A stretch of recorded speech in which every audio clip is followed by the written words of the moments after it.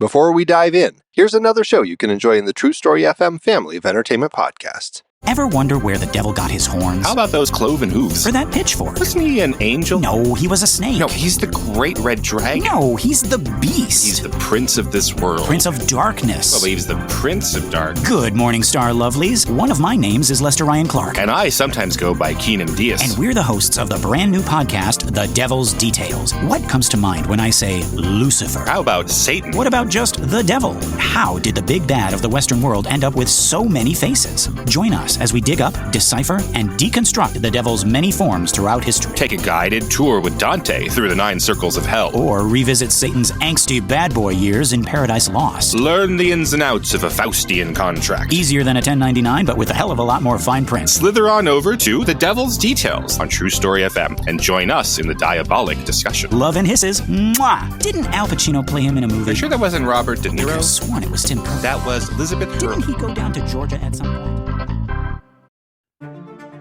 Hey, psst. Hey, you see that Snickers over there? If no one's looking, you should just take it. No! Don't listen to him, my son. That would be stealing, and stealing is a sin. Sin Schmin, it's a friggin' Snickers bar. You deserve to have it. Sinning really satisfies you. Repent, my child. Virtue is the only real snack worth savoring. For that candy bar is merely a gateway to nougat damnation. Has this ever happened to you? Listening to the devil on one shoulder and an angel on the other, and you're not sure what to think? Then we're here to help. I'm Pete Wright. And I'm Tommy Metz III, and this season on All the Feelings, we're examining the 7 deadly sins You know, the fun ones, and the 7 heavenly virtues. which are also a thing.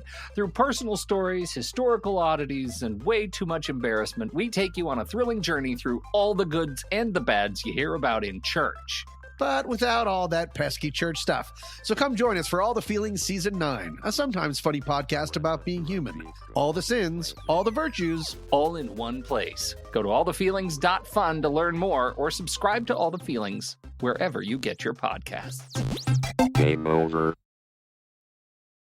I'm Pete Wright. And I'm Andy Nelson. Welcome to the next reel. When the movie ends, Our conversation begins. Grand Prix is over. It has always seemed to me that to do something very dangerous requires a certain absence of imagination. From the glamour capitals of Europe comes the exciting drama of the men and the women who live the passionate adventure of Grand Prix racing.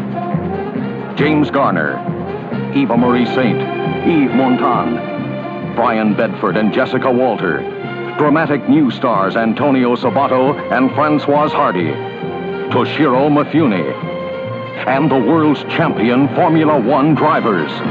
Now, Metro-Goldwyn-Mayer, director John Frankenheimer, and Cinerama take you out of the grandstand and hurl you into the most exciting experience of your life. 5, 4, 3, 2, 1.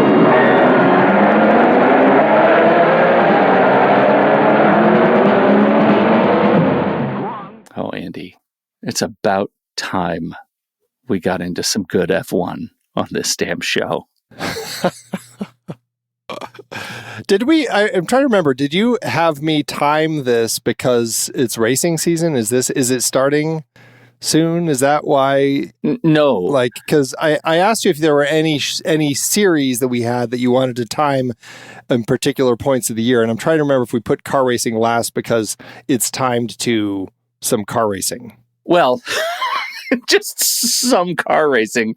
We're in mid-season right now. The next race Of Grand Prix?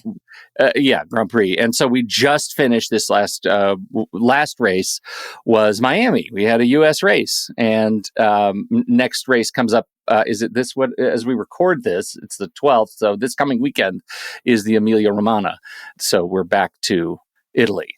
So it is, I mean, it's timely, although I think by the end of this series will end about the same time. The other thing we just got lucky with is that, the movie F1, the Brad Pitt movie, which has been scheduled and rescheduled, is due to release this summer, right? It's coming, and I don't know the exact release date. June, I think. So it'll be right in the middle of our season.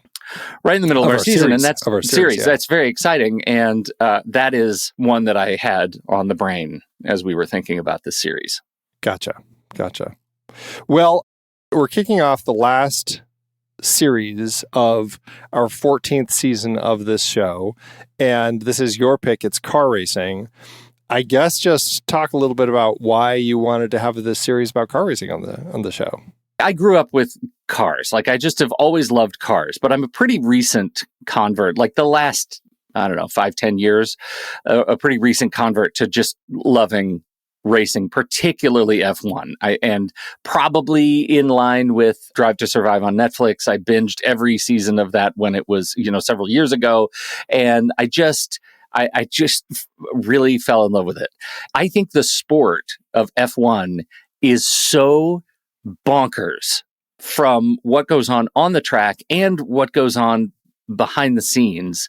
The way the sport is structured, the way the teams are structured, it's not like anything else. And there is such an extraordinary amount of money involved for so few people to potentially succeed that I am just enamored by it. I really am. I'm just a little bit obsessed by all of it. And so the movies that I want to watch deal with a lot of that. Like, it's dealing with the big extravagance of people at the edge, people who are romantically dysfunctional, professionally self-destructive. They really only exist as complete forms on the track. I think all of these movies in some way, shape, or form give us that classic, maybe Hemingway adjacent masculinity and toxicity. And I think these movies do a good job of that, with the exception of I Can't Answer About the Art of Racing in the Rain, which is going to be our last movie, which is also a dog movie. So that ought to be fun too. A little bit of a different twist on that one, yeah. So I'm a big fan of this idea of racing as a metaphor for control. And I think that what happens on these tracks is magical and dangerous and terrifying and extraordinary. And I am thrilled to talk about it. This first one is, as we talk about Grand Prix, it is a fictional tale, but it might as well not be, because all of the people that are dealing with big things in this movie were directly modeled on real people. It was shot on real tracks during the real season of Grand Prix, and the season was short then. I think in the 60s it was only like 10 total races, and nine total races. And the first one we get in the movie is, Monaco, which is a legendary street track.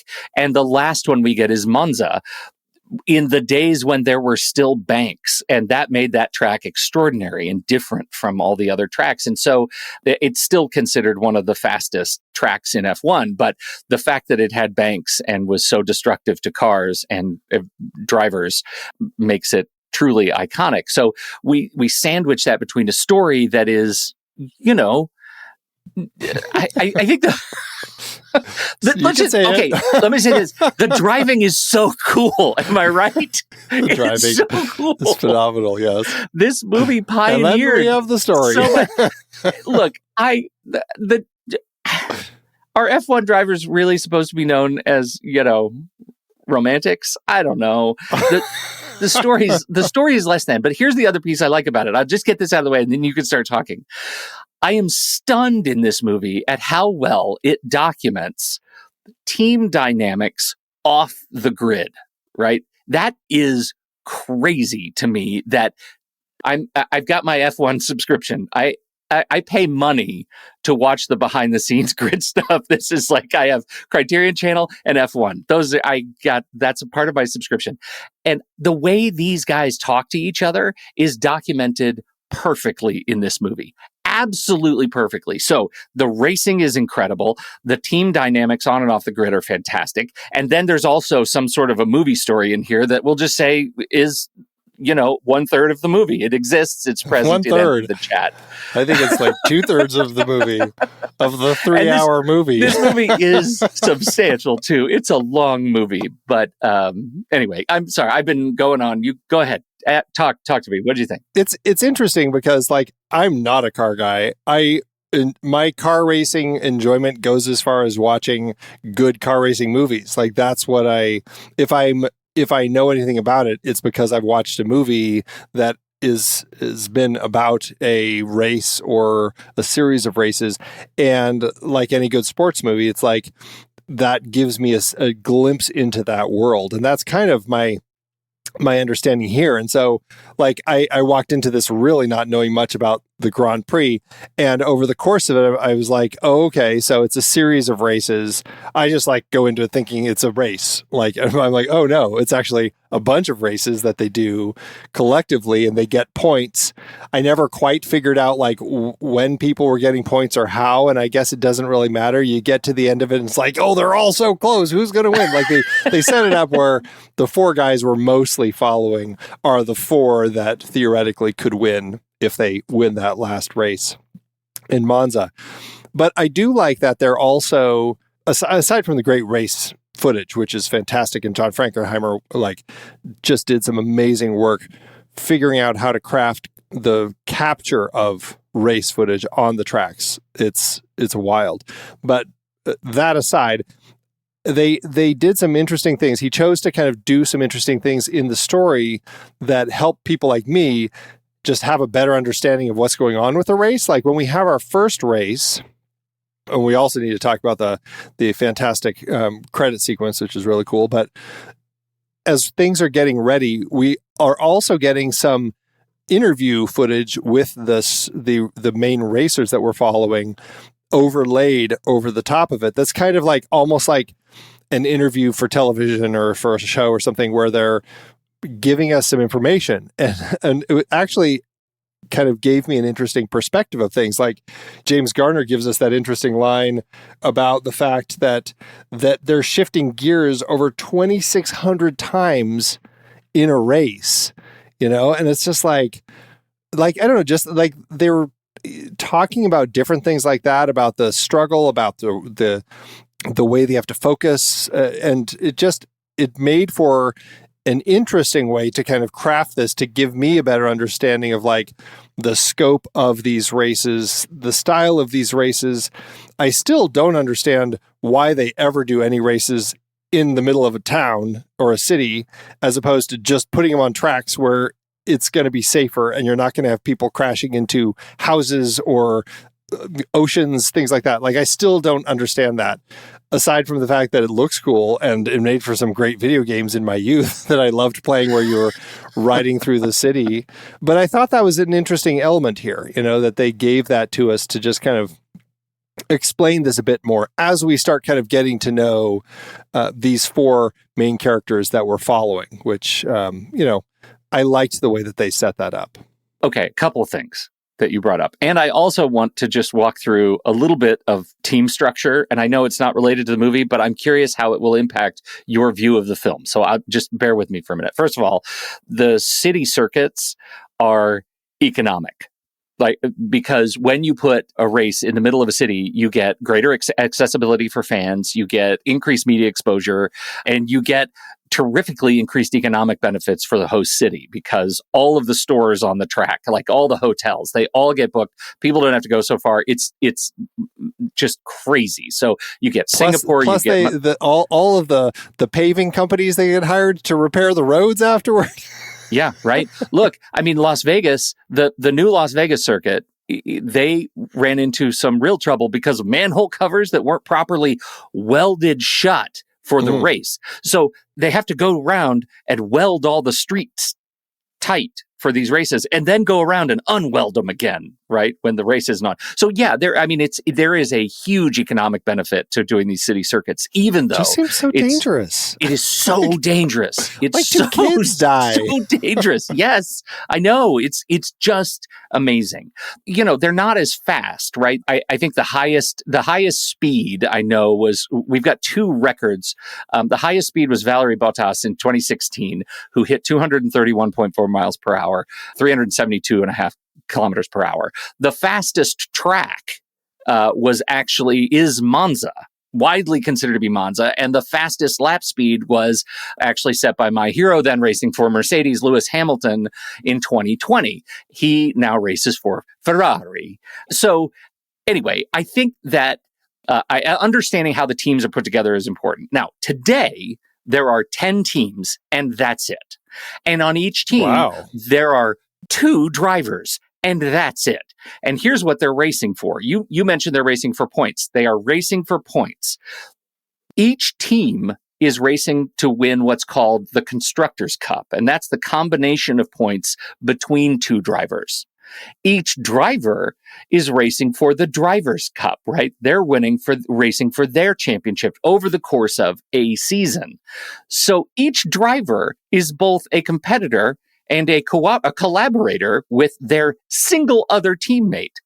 The team is made up of hundreds of people, engineers, designers. They're the ones who make the cars. So this collaboration between the people who make the cars and the 2 guys who drive them is crazy intimate. It is an incredible study of how teams work together. And when teams fall apart, they fall apart gloriously because drivers hate the people who make the cars. The people who make the cars don't think the drivers can do it very well. You see that in this movie when Pete Aaron gets drummed out. He's like, the car's working.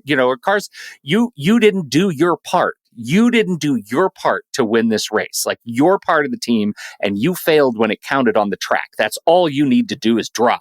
We did our part by making you a great car. That dynamic is consistent and huge in these races. Now, back in the 60s, in this era, it was much, much messier. You could enter a third car if you wanted. You could actually sell a car. Yeah, you could sell a car to somebody else and have them run independently and still have points credited to your team because you made the car. Like, it was a hot mess. So everything has been dramatically tidied up since then, and it is a lot less dangerous than it ever was, even though it is much, much faster than it has ever been. Do they all have the exact same shell? Like, because other than the paint color, like, these cars all look exactly the same. And I was like, is that the design of the race itself? Like, this is what the car shell is. You figure out whatever your internal workings are, and that makes it a Ferrari or a Honda or whatever the car might be. Yeah, that is, so the engine is bespoke. The engine is obviously where everything really comes to mean something.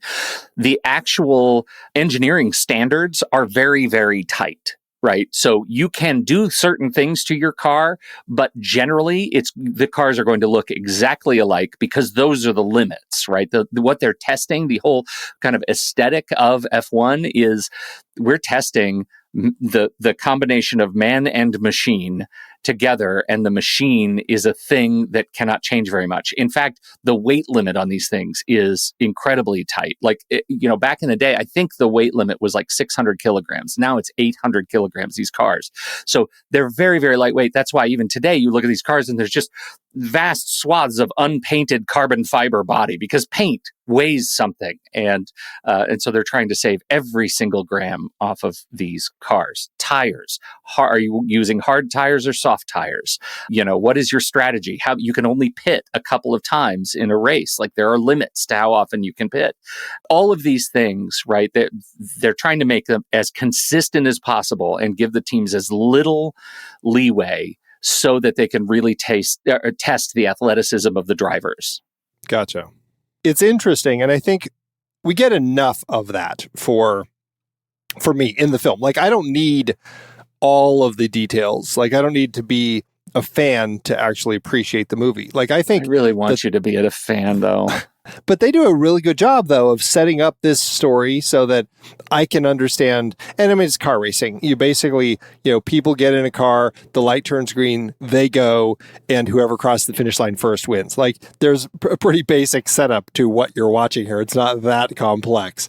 And so, I mean, it's easy enough to kind of follow along with what they're doing. It just is like the point system, and there are some elements that you don't quite, that are a little more kind of the nitty gritty that help kind of understand as we get closer to the end of the film. And we don't get to see all the races. Like, of the 9 races that would have happened in 1966 at this particular point in time, I think we're only seeing 6 of the races, and then the other 3 they mention, but they never actually show. Although I thought it was interesting, they actually shot a lot of footage in one of the tracks that they, which track was it? Was it Spa?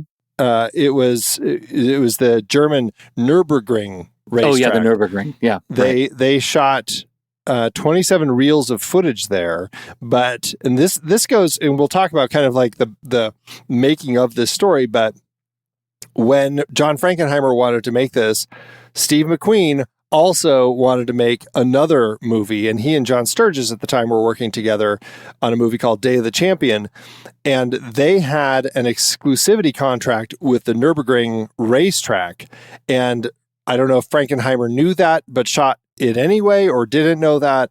Anyway, he shot at the track and then had to turn all 27 reels that he had shot over to John Sturges. And just, they can mention the track, but they can't actually use any footage of it. So anyway, it's kind of interesting. And so John Frankenheimer, his project went through. Steve McQueen's had a lot of issues, which is why when we talk about Le Mans as our next film, that will not be for 5 years. That's 1971 when that film comes out. Which is actually really interesting because that was right around the very end of use of the Nürburgring as a racing, as an F1 racing layout. I haven't seen Day of the Champion. I'm just assuming they didn't it's make F1. it. No, they were trying to make the film called Day of the Champion, and then because of all the problems, it essentially became Le Mans. Well, this is a thing that you and I should do because you can go today to the Nürburgring when it's not closed for races, and you can just register and take your car and drive as fast as you can around the circuit. And it's apparently very, very cool to do. And you'll drive it and you'll see people driving crazy in their like delivery vans. And I mean, it's just crazy what you can do with the Nürburgring and set your own little records. I love it. We should do that. Totally. Totally. Oh, my goodness. What do you want to talk about? Do you want to talk about the melodrama and get that out of the way? Yeah, let's get that out of the way. Let's just get it gone. All right. We've got our 4, it's kind of 4 main racers. It really focuses on 3, James Garner as Pete Aaron, Yves Montand as Jean-Pierre Sarti, and Brian Bedford as Scott Stoddard. Antonio Sabato is there as Nino Barlini, the second of the Ferrari team behind Sardi, but he doesn't quite get as much screen time as the other 3. But we just know he's young and cocky and sleeps with all the women everywhere he goes, and is close to winning that last race. And then another weird thing happens that I scratched my head at quite a bit. We'll talk about. Okay. Yeah. So anyway, we've got Antonio Sabato as Nino, and that's kind of all I have to say about him. Like, he sleeps with all the women. He kind of has that really quiet girlfriend, who doesn't really seem to want to. She's not interested in. She doesn't seem interested in racing. She doesn't drink. She doesn't smoke. She doesn't dance, and she just kind of follows him around. And then she sees him fooling around with 2 of the Japanese women that have come over with Toshiro Mifune, and she runs off with an American to go relic diving on the Isles of Greece. And that's which is fine. Which is fine. Let her go. That's essentially that story that we have there. Meanwhile, Yves Montand is the number 1 of the Ferrari team. What did you think of Yves Montand? We've talked about him a few times, like in Z. I think it was the big one that we talked about with him, and Le Cercle Rouge. Obviously, I love Yves Montand. I think he's fantastic because in all of these, race cycles, you have these guys who have been around a long time and seen everything, and they just look tired.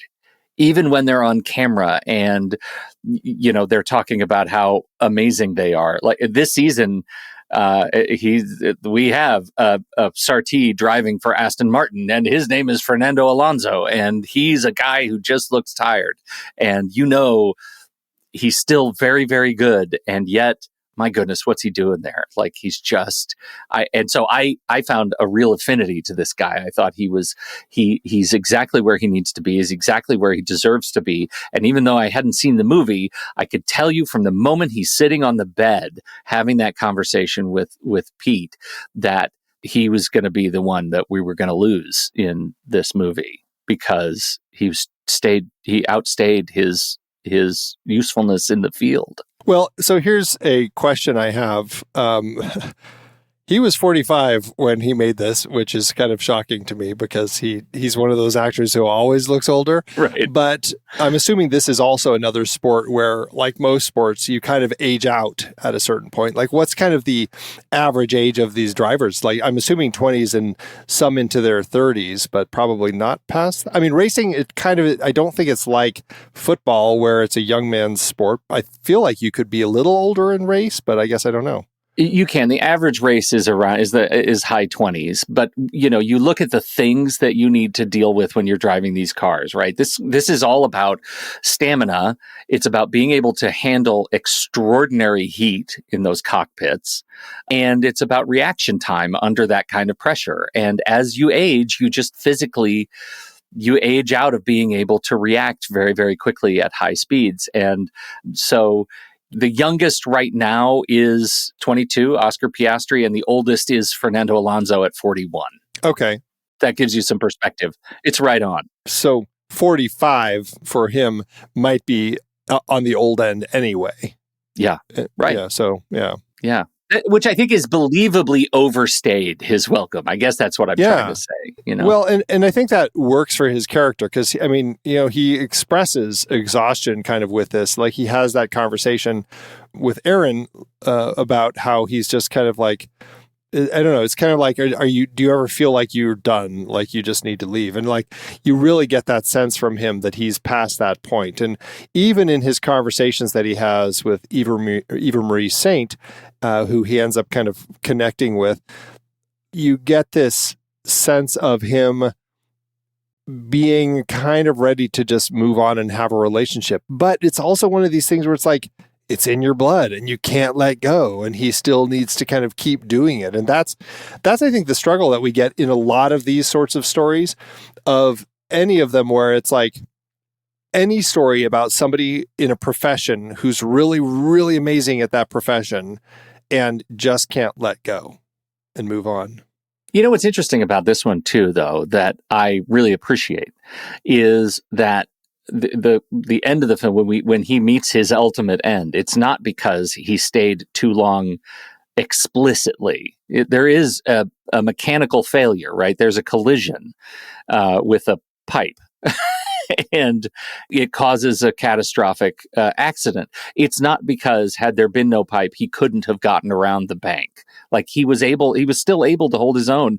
And maybe this would have been his last race. Yeah, he came from last place. He started 30 seconds behind everybody because his car stalled. And they said he can actually win this thing the way that he's driving. But again, that also spoke to the thing that he talked about when they showed up late with his car to do the tests and everything. And we're like, he's just like, this is what they do. When you're not a guy that they're happy with anymore, they purposefully do this to you because they subconsciously, or not maybe subconsciously, but they know that by doing that, their intention is that you're going to push yourself harder to be even better so that you can get back on top. And he says what happens is people take more risks, but a risk is still a risk. And I think that's kind of what happens, is like he's driving like a maniac as he gets up the track, doing it very well. But he's like, would he have been in that position if his car hadn't stalled? Obviously was the biggest problem. But I don't know. It's one of those things. It really boiled down to him just being in the wrong place at the wrong time as that pipe came flying off, you know? Right. And I think that's a real testament to like the combination of ego, that sort of egoic pride that he wants to go out on his terms and he doesn't want their manipulation to work. At the same time, he could win, and you could make an argument that it's because in part of their manipulation. Like he was maybe motivated in a way through anger, frustration, whatever, to perform extraordinarily, which is the bittersweet sort of arc of Sarti. I really, really like it. I appreciate that a lot. What do you think of his little love triangle that he has going on?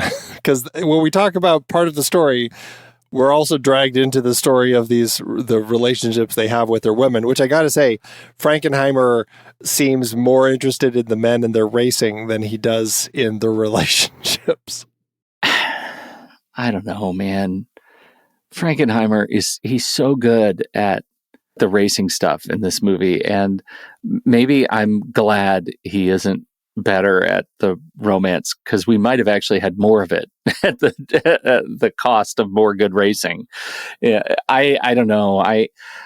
The relationships with women, I mean, that's not stuff that as a fan of F1 I see and pay any attention to. They all have relationships, and they all sort of bounce around from relationship to relationship. And I find like in the real race, I don't care about it. And I really also found I didn't care about it here. None of the relationships felt particularly strong. His with the PR click person, I just didn't, I never really felt like, I always felt like it was a distraction before we got back to more racing, which maybe was the point. PR click, that's Eva Marie Saint. I am. That's what I'm calling. Because doesn't he call her click when you're done with your click at one point? Yeah, I think so. Right, because she's doing all the photo shoots and everything. Yeah. It is interesting. And she's, conveniently written into the story to be, I mean, she's a reporter, but she's written into the story to be kind of like following the circuit for the duration of the season, which I don't know. For me, when I look at like the way that the season plays out, like on the calendar from 1966, the real season, like the first race, May 22nd, the second one, June 12th, then July 3rd, July 16th, like they're spaced out like, 2 to 4 weeks apart. And I don't know, I guess I was like, is she there the whole time? Or is she like go to the race and then come back like a week before the next race? Like, it just seemed like, why are they like, because it May through October. So is she just like in a 6-month assignment? I don't know how that works, but it seemed just like a convenience written for the story that she's here to follow around just so that she can essentially be the love interest for Sarti as we go through this thing. And then of course we learn about the tragic nature of his relationship that he's stuck in, with the fact that he doesn't love his wife, she doesn't love him. They both see each other as kind of a necessary evil because she's running his automobile company back home and is doing it well. But she also tells him when she shows up later in the movie, like, you're never divorcing me. Like, we're going to stay together because this is how we run this business. She doesn't care about his little hussies or however she sees them. But so it's kind of like, I found that actually more interesting than anything he had going on with Eva Marie Saint. As much as I love Eva Marie Saint, like, I just love her. I think she's great. But yeah, me too. And I think that leads to another challenged relationship when we get to Scott Stoddard, played brilliantly by Brian Bedford. I mean, this is a guy who is just riddled with personal turmoil and supremely British cultural pressures and familial pressures, and recovering from a horrible accident. And he was the second? Was he the second behind Aaron, or was he the first? Yeah. And he was second. He was second. Okay. Because remember, Aaron was up on the podium and invited him up to join him. That's at the very end, though. Oh, I thought that's what we were talking about. No. I'm talking about, well, because they're on, because at that point, they're totally different teams. Right. I'm talking, because, yeah, at the beginning of the film, when he has his accident, he's the first driver and Aaron is the second, right? And Aaron refuses to let him pass, which causes, it's debatable if he refuses to let him pass or not. But anyway, Yeah. that's what gets him into his accident and everything. And they're both at that point they're both with Jordan BRM, British Racing Motors. Yes. And so at that race, you see very briefly, Aaron puts his hand up out of the cockpit, and that indicates that there's some sort of a problem and he's going to be making a move. But arguably, Stoddard doesn't see it or sees it and tries to make his move as Pete's car, the gearbox fails between third and fourth, and that causes a collision and ultimately the accident.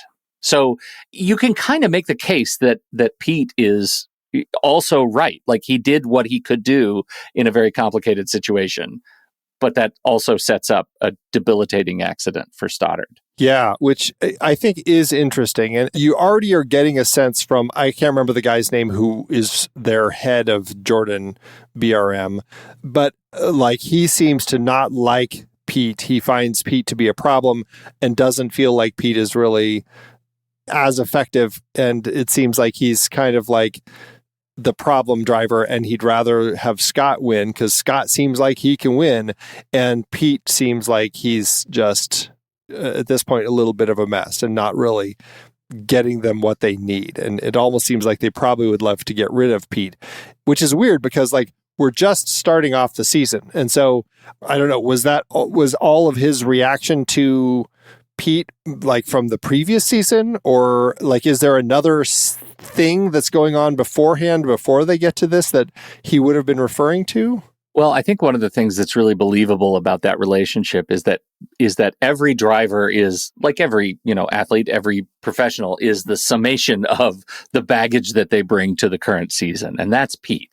I get the feeling, though it's not explicitly detailed in the movie, that you are exactly right, that Pete's performance has probably been rocky all along for recent seasons. He's not valued anymore as a part of the team. He's not able to deliver the points of the team for the team. And it might be better if he found his way out and they were able to replace him with a younger, hotter driver.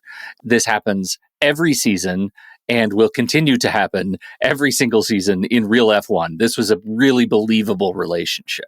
Well, and it's interesting also because it just sets up this relationship that we have between Aaron, this American who's a little reckless, who's determined to win, and Scott Stoddard, who is a great driver. And he's kind of got this marriage that is, kind of good, kind of bad. It seems like there's some relationship issues with his wife, but it really seems like the issues stem from the fact that she would love him to quit this life and he doesn't want to quit this life, like we hear so often in these sorts of stories. That seems to be largely what we're dealing with a relationship here. With Jessica Walter, which was a shock to see her so young and beautiful after all those wonderful years of being the mother of the Bluth family. But so funny. I know, it's crazy. It's crazy. So good, yeah. Right, but it's just interesting to kind of get that dynamic between these two teammates. And this is going back to what you were talking about, is like the perspective that you have of the racers, where there's the team cup that they're trying to win, but they're all also trying to win the individual cups. And, I suppose it's like the Olympics or any of these other sports. It's interesting that you get that dynamic set up so clearly here at the beginning. And then that Scott is so immediately kind of like injured and has to go through a lot of recuperation before he can get back on the track, which I can't remember was he in the second race, or was it not immediate that he got back into the race?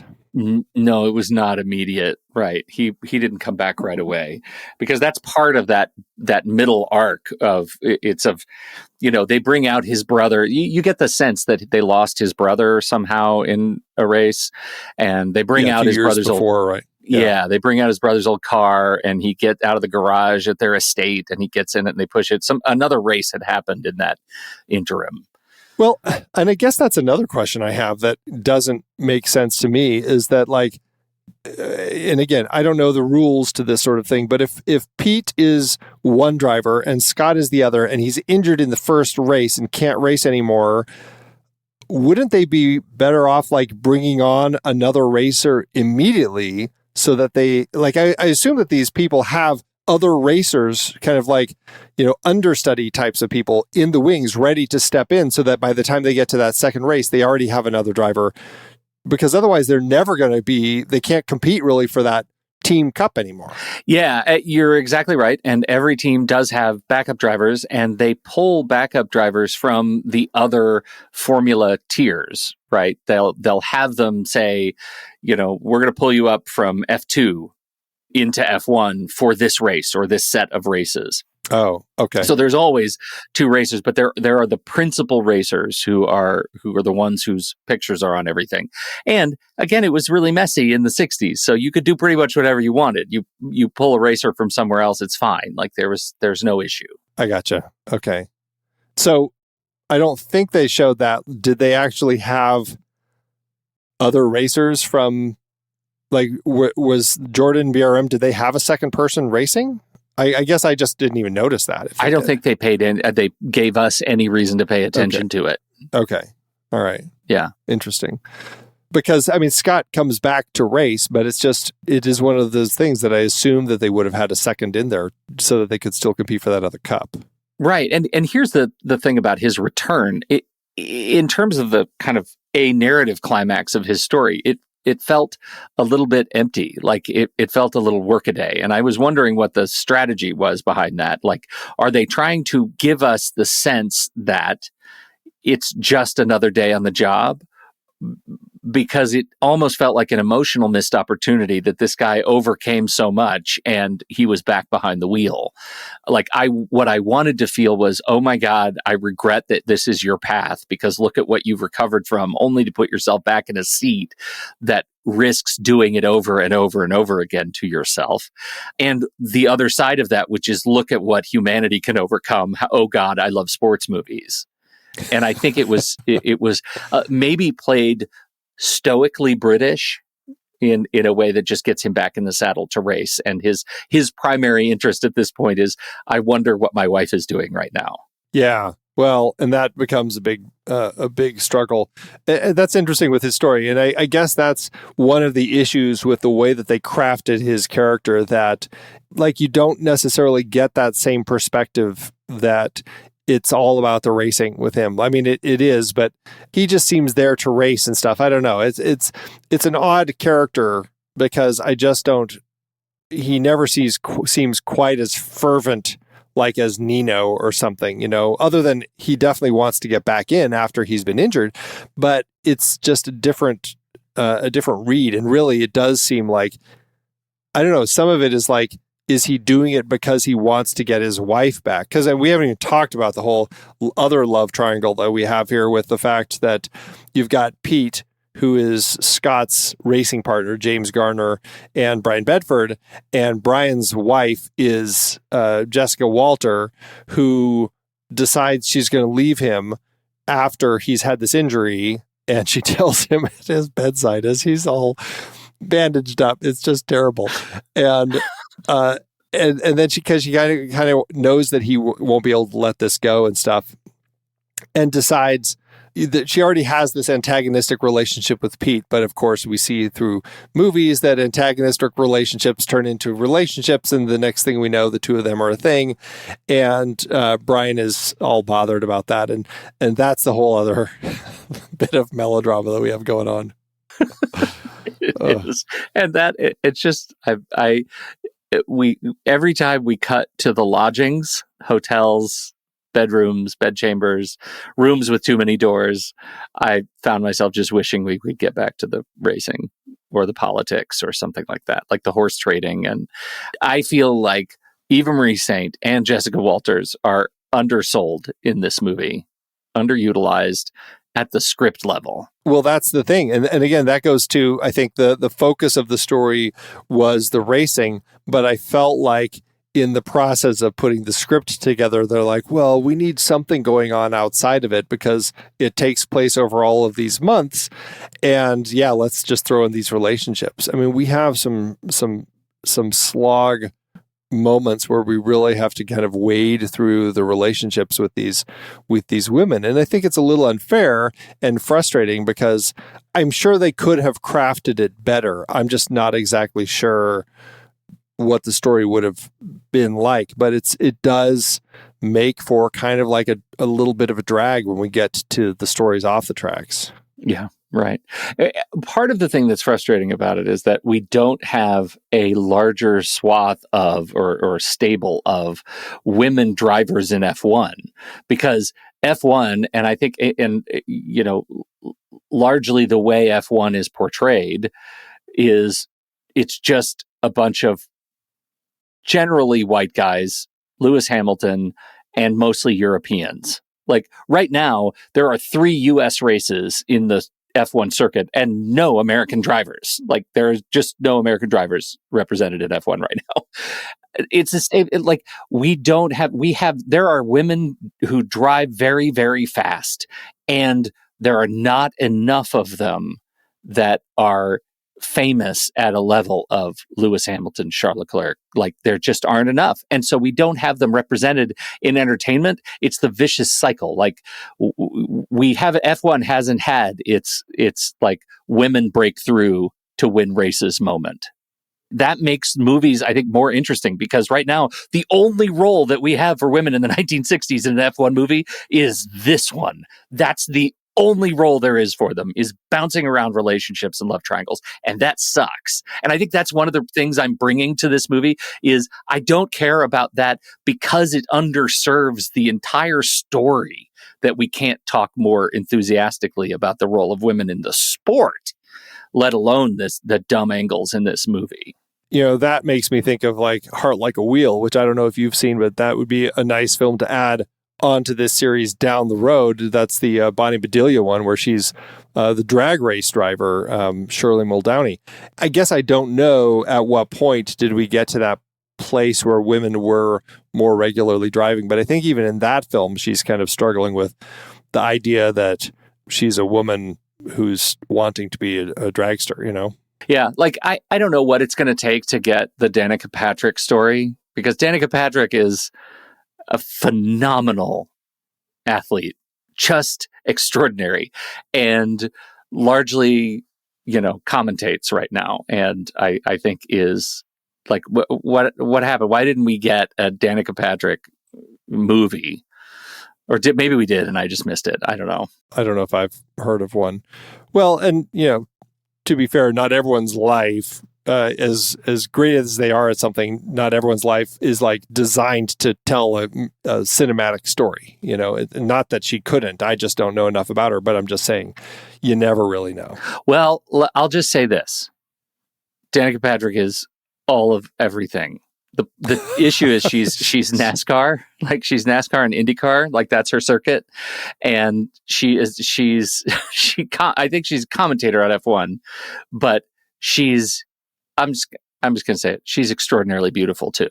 She's an incredible athlete and extraordinarily beautiful. She is made to be a somebody movie, that a character in a movie. Like it's just that movie would sell tickets. I just know that it would. She's so good. Well, hey, I mean, let's do it. Why not? Let's make that movie. Somebody should make it. That would be nice to see. It. Yeah. Next Real Pictures. Well, I suppose, you know, she has been accused of promoting conspiracy theories through her podcast. So, engaging a discussion about alien involvement in human DNA. So maybe there are reasons it hasn't happened yet. I don't listen to her podcast.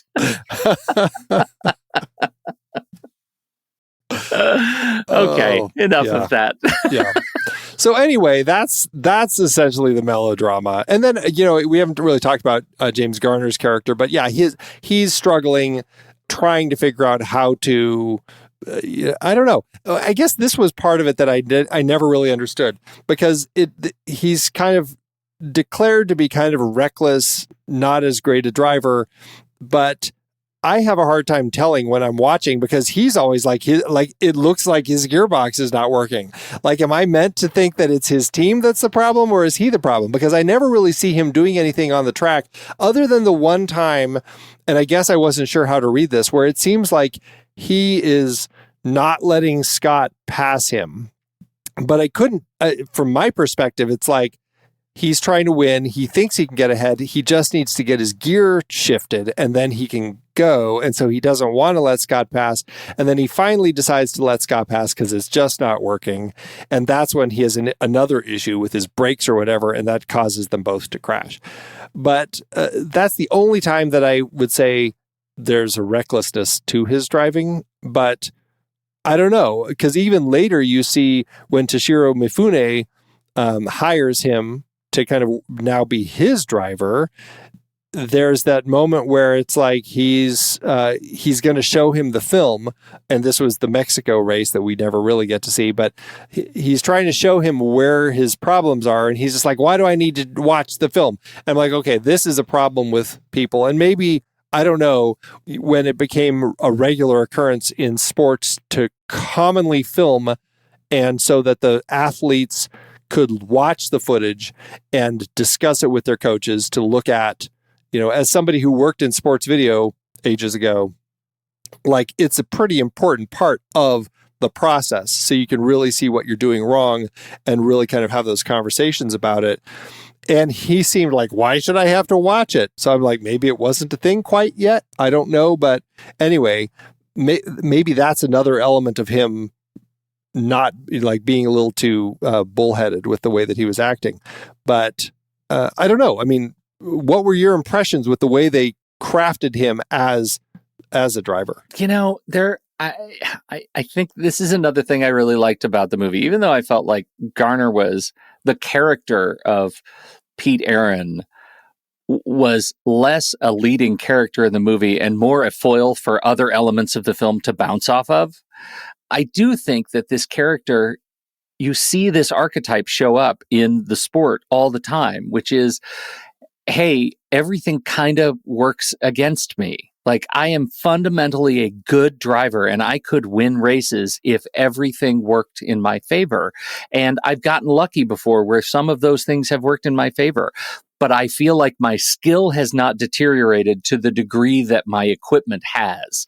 And I am not enough to make up for that. The world sees me as a slowly declining driver, but I believe in my heart of hearts that I am more.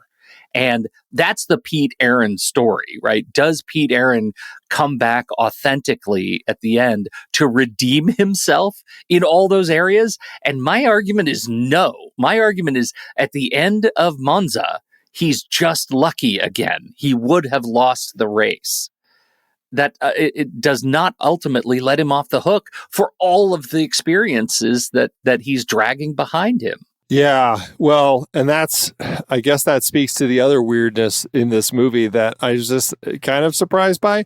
The way that he wins, it's such kind of a weird letdown to the film where basically he and Scott are running second and third behind Nino, who's way ahead, and they've been struggling trying to see if they could get past him. They never get close. They never get close to Nino. I mean, they're right there, but you never see them approaching and coming up and riding in his slipstream, all that sort of stuff. Sarti is racing up behind, and he has that crash that ends up killing him, as we've already discussed. And because of that, the owner of Ferrari decides to pull their other driver, Nino, who's in first place, as a way to show a sign of respect or mourning or whatever. And they said this is a rare thing. It's happened once before, something like that. But I was just surprised that this is something that they would do, especially when they were in first place. And it seemed like such a simple way to kind of allow Pete to win that just was kind of a disappointment the way that it ended up happening. I don't know. Is it a common occurrence, and how did it work in the story for you? This was not something that I was really familiar with, because the black flag in modern F1 stands for like immediate disqualification. If you get a black flag, you did something that means you're disqualified from the race. You've somehow kept racing. You didn't know you did something, whatever. Maybe you knew it, but you kept racing belligerently. You get a black flag, you're done. You're off the race. I have never seen it used in this context. So, is it symbolic and kind of beautiful in its way? Yeah, but it's so lame that it only affects one team, right? A driver died. And it feels very much when you're out of 20 racers and now you're at 19 because one's dead, maybe you should halt the race, right? And I think they're much more conservative about those kinds of things today. And so I totally agree with you. It was a weird way to win. And ultimately we don't know. We don't know what would have happened had Sarti not died and had, Nino been able to keep going. Well, I feel like what would have happened is Nino would have won. I mean, they were, as I recall, in the last lap too. So it's like, yeah, I don't know. It was just such a weird way to kind of let down that part of the story where it's just like, oh, look at that. Pete wins by default because he happened to be next in line. Like, I mean, that's essentially how it plays. I'm like, what? Okay. Yeah. So lame. Yeah. And then you have the reconnection between him and Scott up there on the prize stand, whatever that's called, which was nice. It was a nice moment to kind of allow them to get past the issues that they had from the beginning of the film. But that's the melodrama that we're dealing with in this film. Yeah. It is interesting. I'm just looking up the history of the black flag, and it turns out the reason it feels familiar is we just had one last year for the first time in 17 years, but it wasn't at all due to any sort of death on the track. It's because one of the regulations is once the race starts, you can't have any help. If you slide off into the gravel, that's a penalty. If you can get yourself back on the track safely, you can continue to drive. But in this case, a driver had help from marshals to push him back onto the track, and he was immediately black flagged because he had assistance. That is a completely anodyne reason to get a black flag compared to a driver's dead on the field. But that was it's very, very rare that happens. Well, you mentioned do they stop races now? Like if a driver dies? Yeah. I don't know the last time a driver died in modern F1. I mean, I've seen them on fire. I've seen them pulled out, but they've lived. Yeah. So I can't comment that. They're very aggressive about safety cars and about, slowing the race. But these cars, there is a certain degree of safety that comes with keeping the cars at speed. Once the car gets going, it is safest at speed. And if you slow it too much, it becomes dangerous. It's harder to keep safe because of the temperatures of the tires and against the asphalt temperature. And so they have to be very conservative about when to slow and speed the race. But Interesting. Well, let's talk about I know we've been talking a lot about the melodrama, but the production style was stunning, and I think that's what makes this such a fun ride to watch. You've got a pretty fantastic just way that John Frankenheimer, I mean, we've talked about Frankenheimer a lot of his films, and we've talked about another of his great car films, which is Ronin, one of your favorites, and the way that they chose to shoot the real car work in that film. And here we have him on the tracks with cars on cameras doing some fantastic work to kind of capture these races. And I mean, it's incredibly, incredibly exciting. And I think that's one of the reasons that you watch this film. Before we get feedback, I just want to acknowledge that the cameras were in fact on the cars and not the cars on the cameras. I don't know. Maybe there were some cars on cameras, but I think the intended use was the cameras were on the cars. Do you even know you said that? I don't know. No, I'm saying all sorts of weird things. I called James Garner James Mason earlier. My God. Which would be a hell of a movie. James Mason is an F1 driver. Yeah, right. I don't know if it would take to it quite as well as Garner did. Garner was apparently quite the driver.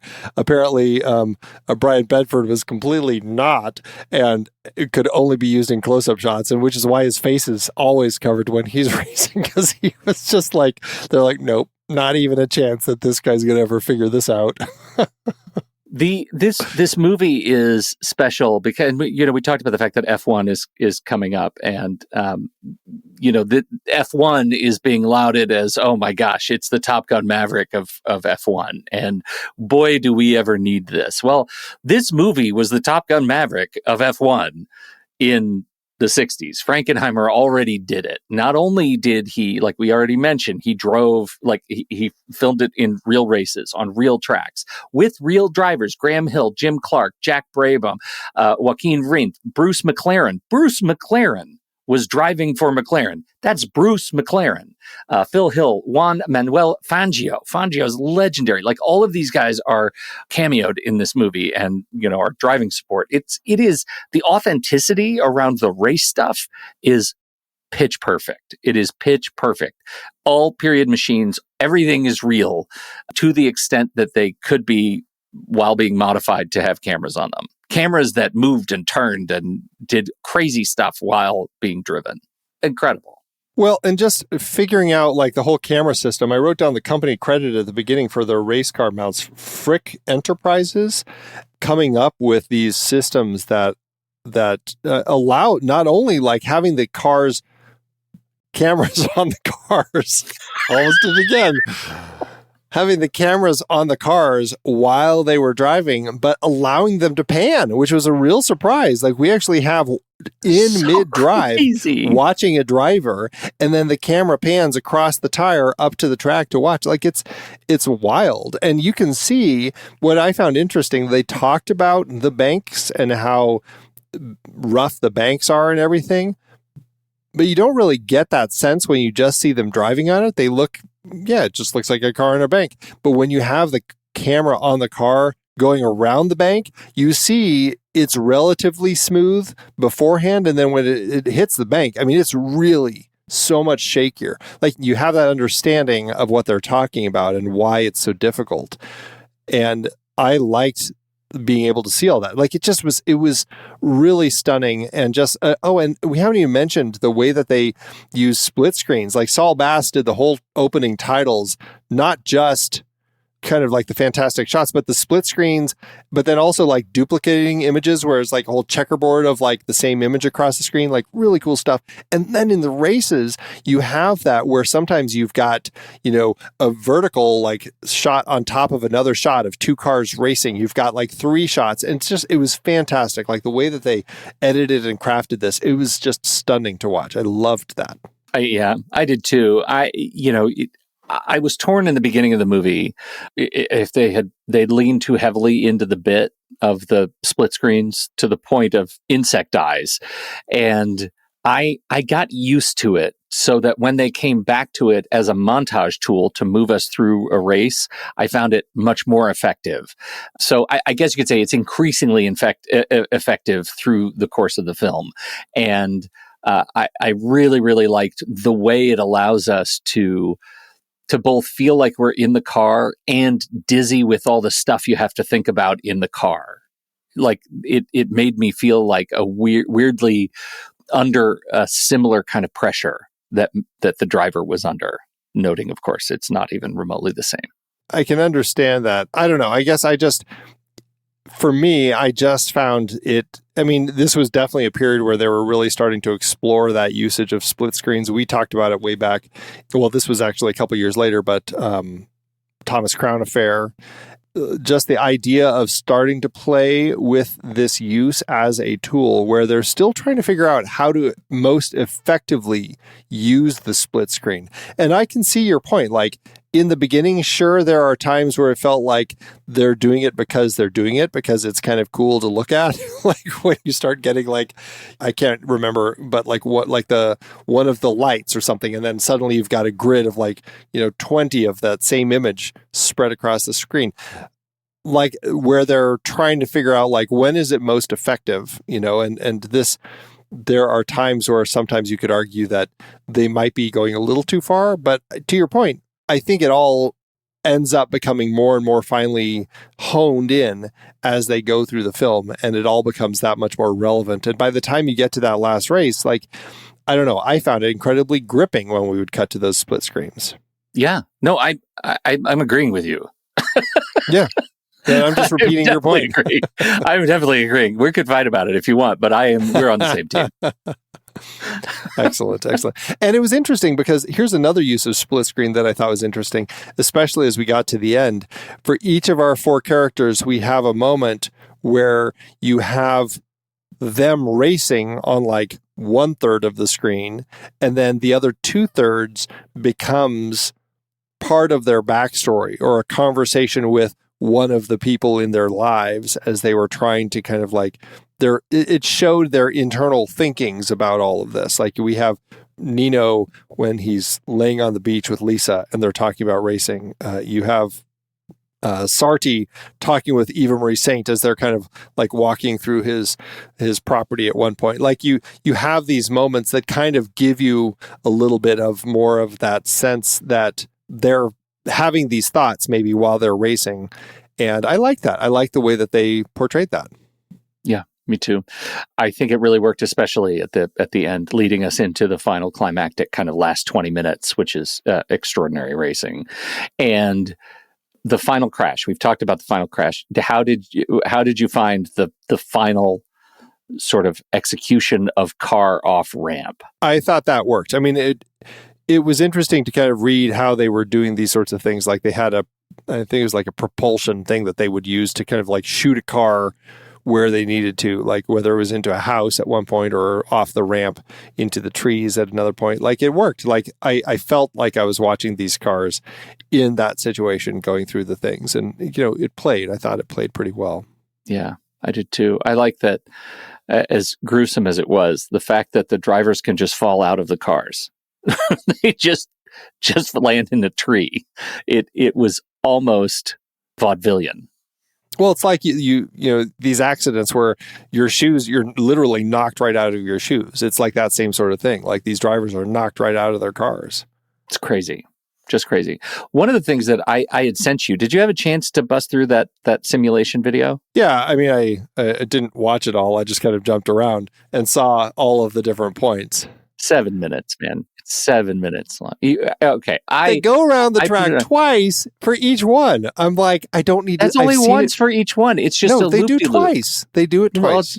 At least the first one they did twice. On the original track, on the full lap, it does include some overlap, because that's why I want to bring this up. Back in this day, that track in particular crossed itself. And so the ramp was right over a bridge that the drivers then had to drive under again. And so maybe Andy will put this in the show notes. Who knows if it'll get in there. But there's this video that is a driver driving through a simulation, the Monza, which is how the drivers train, right? That's how they train these tracks in real life. And so he's driving around the track over time. So you can drive the track when the bank was still there. And it's not there anymore. It was demolished in 1980. Anyway, you get to see where he came off and where he landed, where other drivers then have to pass the accident completely outside the situation where it happened. It is an alarming kind of realization that these drivers had to, what it feels like when they come into contact with one of their compatriots in flames. I think it's really stunning. Well, and I imagine that's like any track, because it could be a crash right off the track, but in this one, it was in particular like horrifying because the way the car exploded, and then the cars that come right behind it are driving through flame and smoke as they kind of cut through that tunnel. I just felt horrified for the poor medics who had to like panic run across the track as fast as they can so they don't get hit by these cars that are moving 180 miles an hour. Yeah, it's crazy. It's crazy. Yeah. My gosh. Overall, a good time. Yeah, it's a fun movie. I mean, it is a long movie. It's 3 hours, like we said.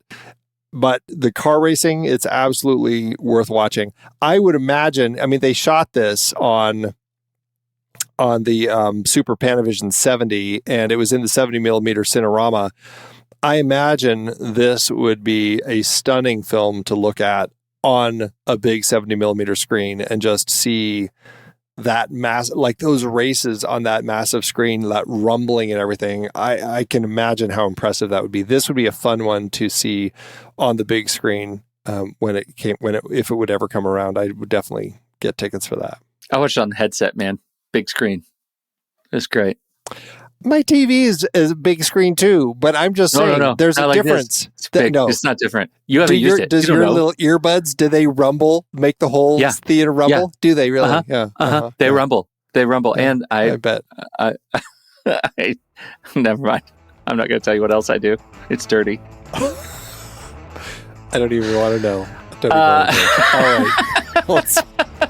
Let's move on. Any other points, or is that it? No, I'm done. All right. Well, we'll be right back. But first, our credits.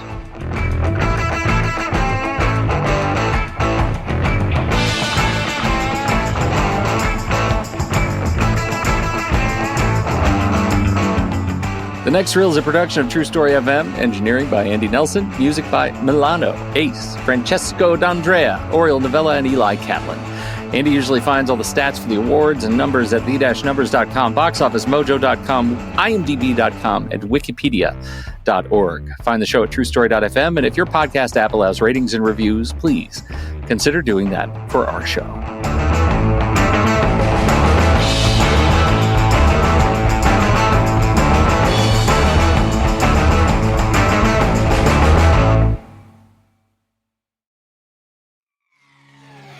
Imagine the thrill of finally watching that last movie on your Letterboxd watch list. The one that's been sitting there for ages, taunting you.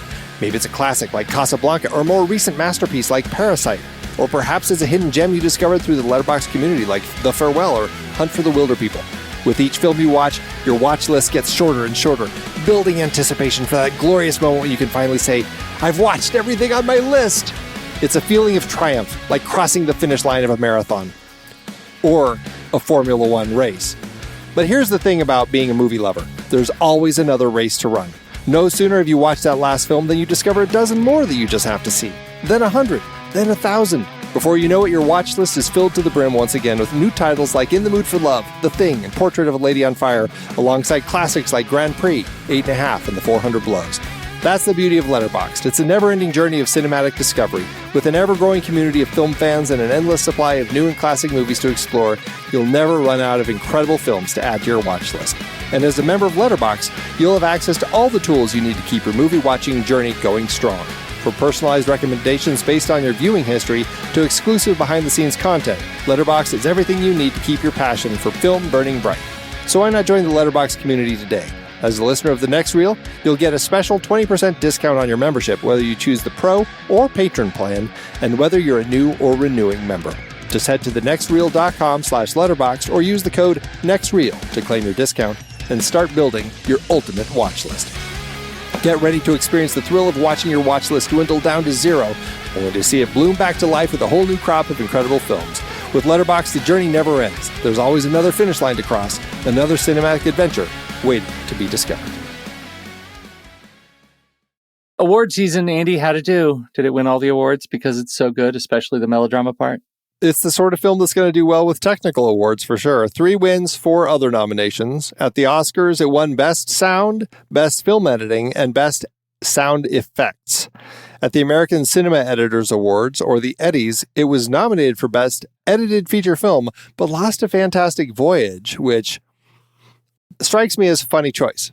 Yeah. I don't know. Maybe I'll have to watch Fantastic Voyage again to see if I think maybe they were just upset that this was 3 hours and you had to suffer through so much melodrama. Who knows? Right. At the DGA Awards, it was nominated for Outstanding Directorial Achievement in Motion Pictures for Frankenheimer, but he lost to Fred Zinnemann for A Man for All Seasons. And at the Golden Globes, both Jessica Walter was nominated for Most Promising Newcomer for a female, and Anthony Sabato was nominated for Most Promising Newcomer as a male, but they both lost. Jessica Walter to Camilla Sparv in Dead Heat on a Merry-Go-Round. I haven't seen that. It's a heist film, though. We can add it to our heist film list. Okay. And Sabato lost to James Ferrantino in The Pad and How to Use It, which is, I don't know. Both of these sound like fake movies. It definitely sounds like movies of the time, late 60s. All right. Well, it didn't win Best Movie of All Time ever, which is probably right. But did it win Best Money-Making Movie of All Time ever? How to Do at the Box Office.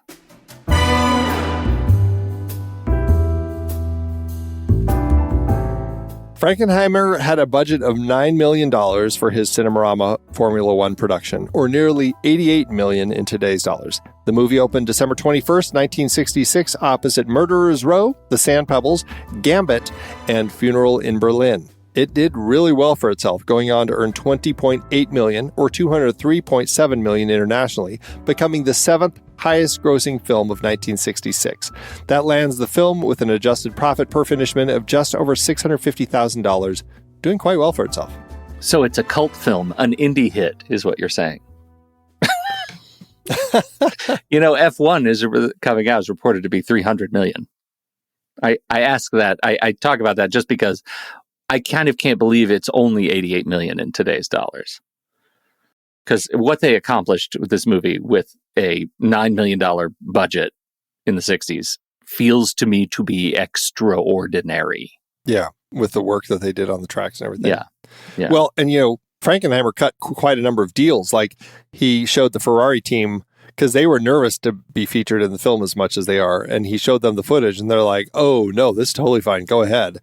And he made good showing, like featuring the tires from like Goodyear and everything, which allowed him later to feature so heavily and get access to the Goodyear blimp for Black Sunday.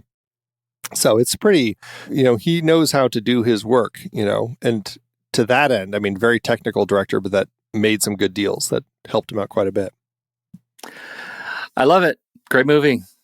Yeah, it's a good movie with some fantastic race sequences.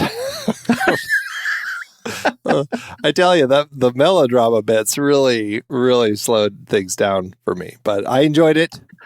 Yeah. I would watch it just for the racing again. And Jessica Walter. I mean, she was great to look at. She's just fun to watch. I Yeah. just hadn't seen her.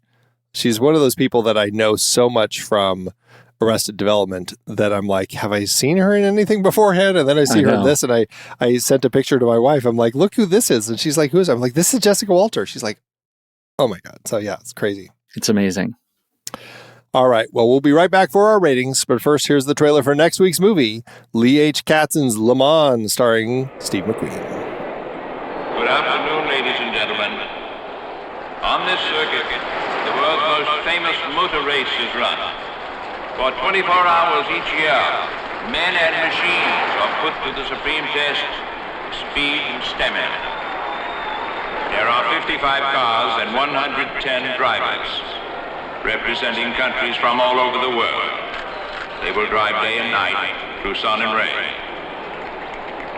Beneath his racing suit, each driver must wear fireproof underwear, capable of withstanding 2,400 degrees Fahrenheit, the temperature of burning gasoline, for 15 seconds.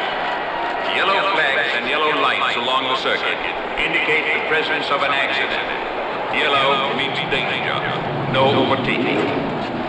And so, ladies and gentlemen, welcome to the most famous motor car race in the world, the 38th running of the Grand Prix of endurance and efficiency, the 24 hours of Le Mans.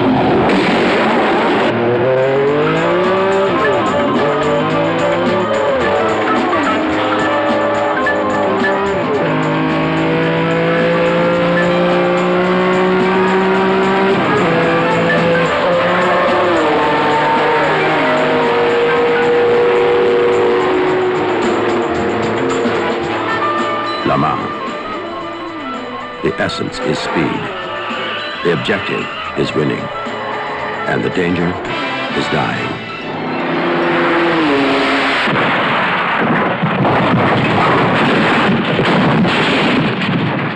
Le Mans, where hour by hour, lap after lap, the man-to-man competition of champions never stops. Do you think it will be like the Nürburgring, a race between you and Staller? I hope not. Would this be the same kind of race you had with Delaney at the Nürburgring? Well, this is Le Mans. It's a different thing, you know. And what do you think of Staller? Staller? I think he's probably one of the best drivers in the world. Do you think that you and Delaney will end up having a close race here? Maybe. He's fast, I'm fast, so we're always together. Press is making a big thing about us. Yeah. But it's money. That's American. Michael? Be careful. Now, don't be a pain in the ass, Harry.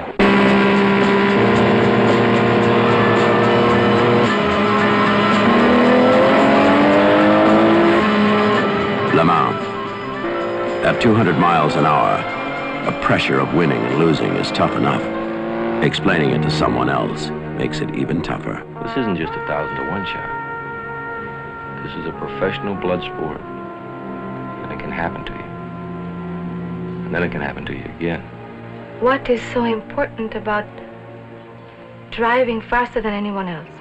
A lot of people go through life doing things badly. Racing's important to men who do it well. When you're racing, it's life. Anything that happens before or after, it's just waiting. Le Mans. The men, the machines, the motion picture. Steve McQueen stars in it. No one else could.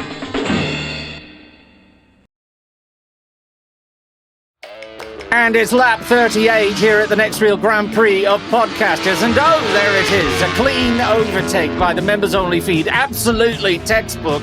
If you're listening right now and still stuck in the standard feed, we've got to ask, what is your race strategy? Because the real action is happening in the pit lane, where members of the Next Reel family are refueling with bonus episodes, early access, and premium content, all on their very own personal podcast feed. That's right, members enjoy in-episode bonus segments, ad-free versions of selected shows, and front-row access to live-stream recording sessions where the behind-the-scenes magic happens in real time.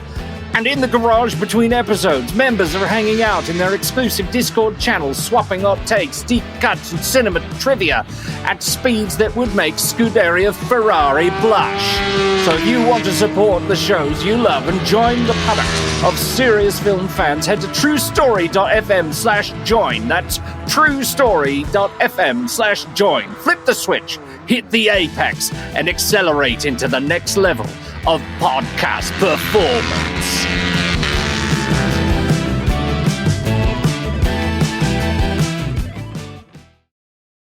Letterboxd, Andy.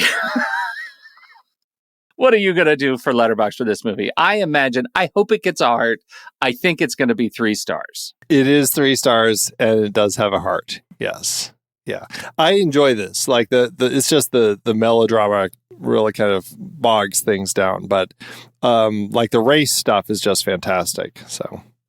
Well, I think the race stuff is clearly just a little bit more fantastic than you. It's not a 5-star movie for the same reason. The melodrama, the relationship stuff that isn't involved with any of the F1 mechanic is a slog. So I'm going to come in at 4 stars and a heart. All right. Well, that will average out to 3.5 and a heart over at our account at The Next Reel. You can find me over there at Soda Creek Film. You can find Pete there at Pete Wright. So what did you think about Grand Prix? We would love to hear your thoughts about this one. Hop into the Show Talk channel over in our Discord community where we will be talking about the movie this week. When the movie ends, our conversation begins.